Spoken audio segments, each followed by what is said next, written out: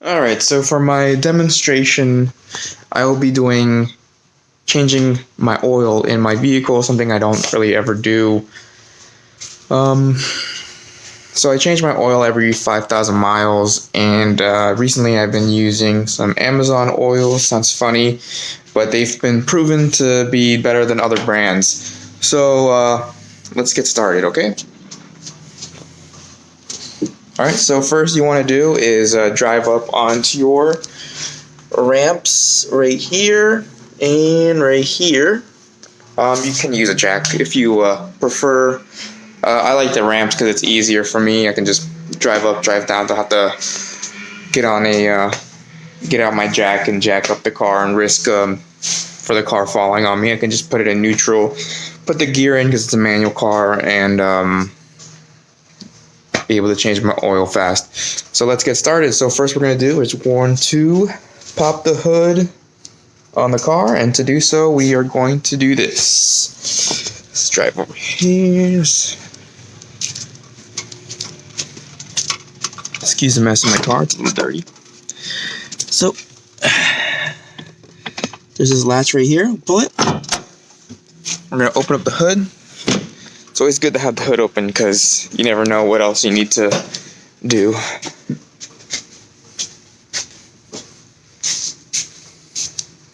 It's a little toasty. It's good to have the car warm to change the oil because with cold oil, it'll just take forever to flow. So let's open this up. Here's the old 90s engine. We're going to find what I usually do, I like to put a piece of cardboard underneath the car so it's easier to get in and out. And plus, you don't want to get oil on your garage floor. Alright. So, we're going to go underneath the car, we're going to inspect it. Let's see here. Where is it? And right here. This right here is the drain plug. So what we're going to do is we're going to crack it open.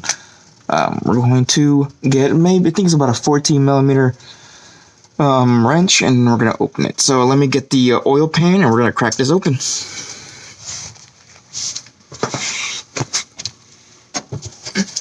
So here's the oil pan. It's good to always have one.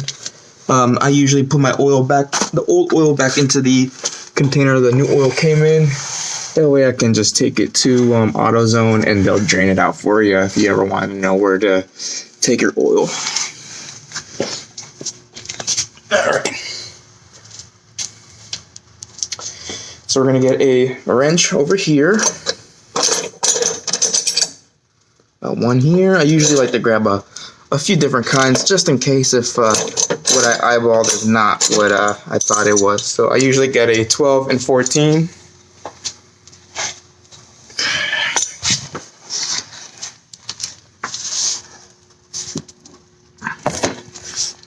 See if I can train it for you. Get in the screen.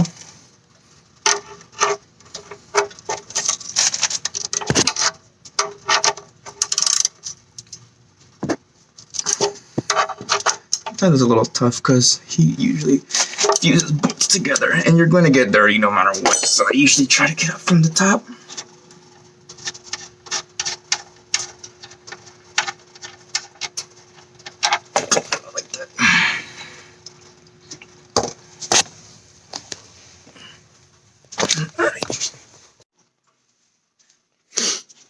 Alright, so now that we have the oil draining, as you can see right here, let's see, angle it.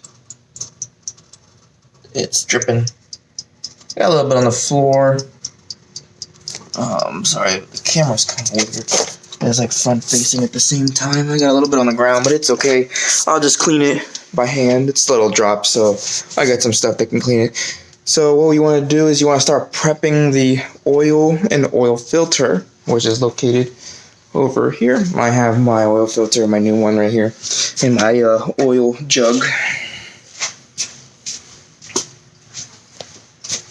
Alright.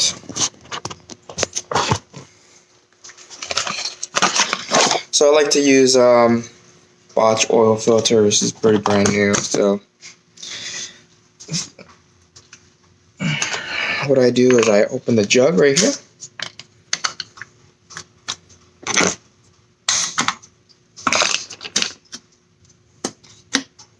And you get one finger, dip it in the new oil, and then you lubricate this little O-ring that's right here. You don't want to dry it that way. This is just in case if like shipping it is like cracked, because if these are cracked, it can lead to small oil leaks that can dry out your engine, and you really don't want that. You want the oil to stay in the engine. So that's prepped and ready. Let's go ahead and put the bolt back onto the car and start getting ready to drain, or start ready to fill up actually. So let's see here. Alright, so here's the bolt right here, and we're just gonna plug it back up. Let's see if I can get this camera to, sorry, it's just really hard to get this camera to, okay, so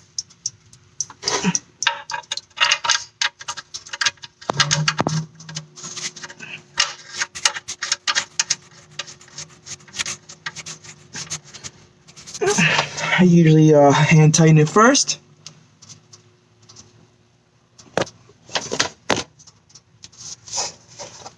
And then grab the wrench and tighten it the rest of the way.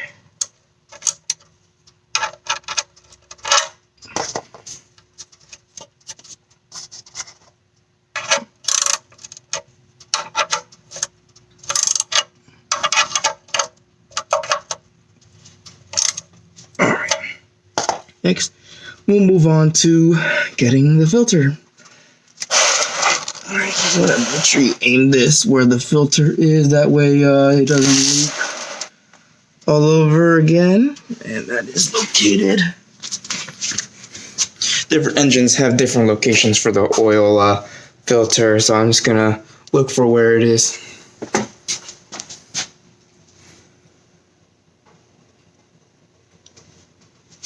Sometimes they're really hidden.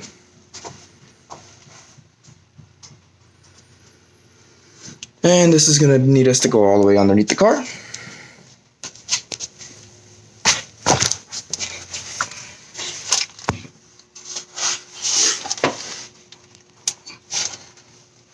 Let's see here.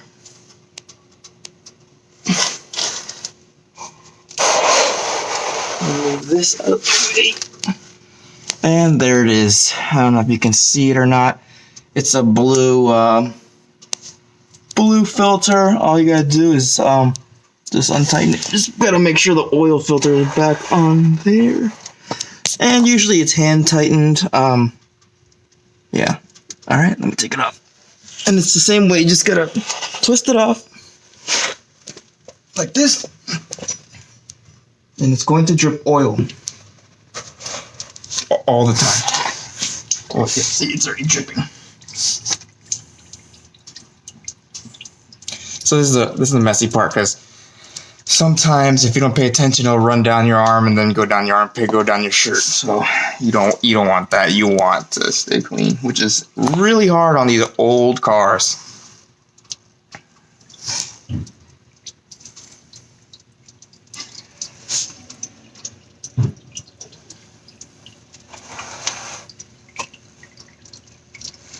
Kind of just have to sneak your arm around to where it's draining. That way you can make it drain faster. Just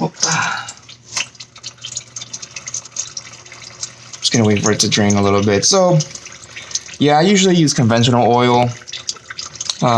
Synthetic, you can go up to like 5,000, 7,000 pushing it. This car was way overdue for an oil change, that's for sure. This is my daily car, so I drive it to and from work. It's a really old car. It's a 97 Sentra, but it gets me to point A to point B. AC still works. I love it. So make sure you always change your oil. This is like the most important part of like the longevity of your vehicle. Always change your oil. When it's time, it's time. Don't go over it. It's good to change it underneath it. Changing your oil often cleans your engine out, depending on what oil you use. And some different cars use different weights of oil, so that's when you see a weight is like 10W, which W means a weight. 10W, 50, 40, 30, there's a 5W, 0W. It just depends on what car you have, what your manufacturer manual recommends. I'll be using 10W 40 on this Sentra. It's a little older, so you want to use a little bit of a thicker oils, fill up those seals and stuff like that, so that way you're not constantly leaking. I got a little bit of an oil leak, but it's not as bad as that I have to fill up often. I fill up maybe every 3 months. I have to put a quart of oil in, but that's not bad. I know a friend who used to fill up a quart of oil like every week, which is really bad. It stains your driveway, so you don't want that. Especially if you have a HOA housing, so you don't want to get fined for that. You get fined for anything these days. Alright, let's see. Hopefully. Alright. And then there you go. Oil is out. And it didn't go down my armpit this time. So I usually just leave it in the container. Alright, let's get the new oil filter and put it on. So here's a new oil filter ready to go in. And just repeat the process backwards.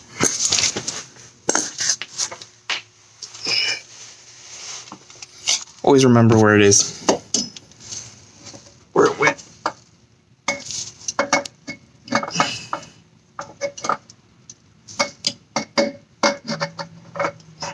And make sure you don't cross-thread. Cross-threading. If you cross-thread the oil filter, just buy a new car. Cross-threading is basically if you don't sit a bolt right, it'll still go in, but you make new grooves for the bolt, and that means a bolt is not sitting in correctly, which is not good because it can either get stuck in there forever or it's not sealed right, so it's going to be leaking. I see a lot of friends do that with spark plugs. You don't want to cross-thread your spark plugs. Alright, so now that it's filled with, well, it's not filled yet, but now that it has the oil filter on, we go ahead and start filling up with oil. Let's see, where did my oil? Alright. So, let's see here. Here's your cap right here. This is where you fill up with oil. It's hard to get off sometimes. There you go.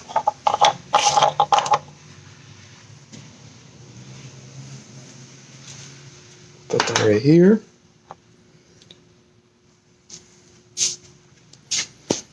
Okay, and then I usually like to use a funnel, but at the moment, my friend is borrowing my funnel. So what I'm going to do is I'm going to freehand it, which is pretty dangerous because I don't really want oil to get all over the place. So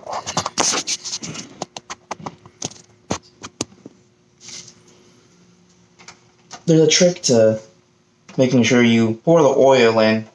You pour it sideways like this. Let me aim the camera a little closer to the left so that way you can see me pour the oil like this. You want to start slowly.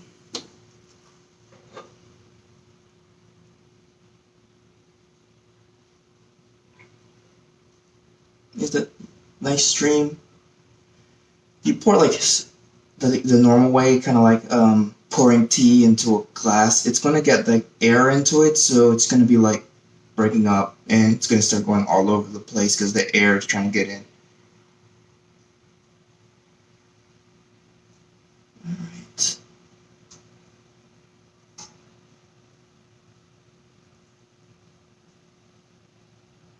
Oop. See, it went too fast right there. It's fine.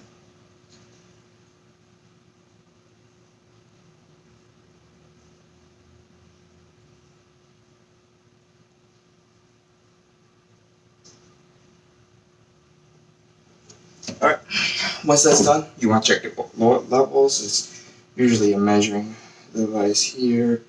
It'll say on the side right here. It's got like a clear. And it'll tell you how many quarts you got left. You want to make sure you read your factory manual, and it'll tell you how many quarts to put in your car. All different cars take different quarts. Like my other car takes 6 quarts. This one takes only 4.5 quarts. Once that's done, you want to clean the little area around. That way you don't smell burning oil. Alright.